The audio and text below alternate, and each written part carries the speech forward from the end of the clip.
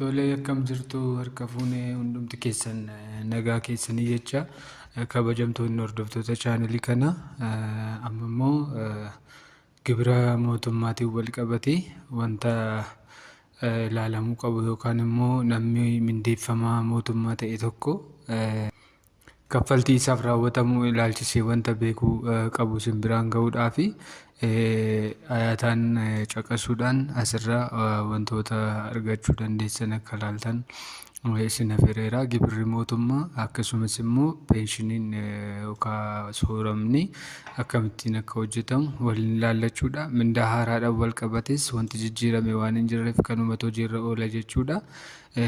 Akkuma beekamu moobaayilii keenya fayyadamuudhaan appilikeeshinii isaa fayyadamnee ilaaluu dandeenya. Garuu mindaan akkamittiin shallagamaa akka jiruu fi gibirri akkamittiin akka nurraa muramu appilikeeshinii sana osoo hin fayyadamin ofii keenya kaalkuleet goonee bira ga'uu haalatti dandeenyu isiniif ibsuu barbaadeen kunooti.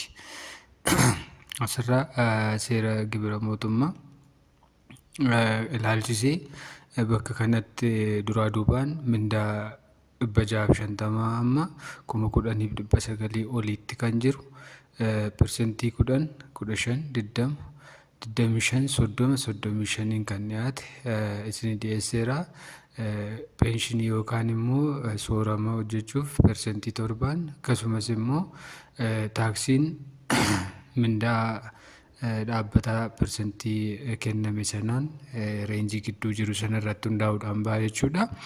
Mindaan harka ga'u mindaa dhaabbataa hir'isuu gibira ida'uu sooramaa ta'a jechuudha. Isa kana asirraa haala kanaan argachuu dandeenya.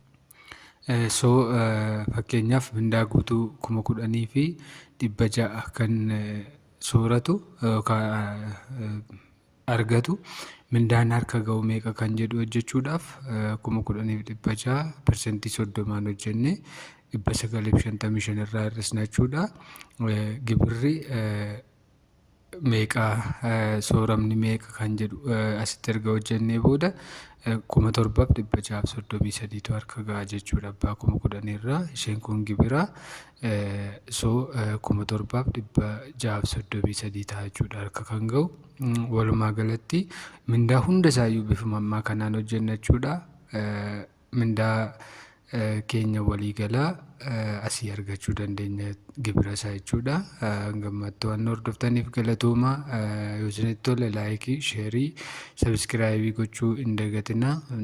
Odeeffannoo kanaaf kana fakkaatan gibirri haaraanis hojjetamee yoo mootummaan gadhiise hojjedhee haala kanaan gadinis ni dhiisa jechuudha. Waan hordoftaniif galatooma. Thank you.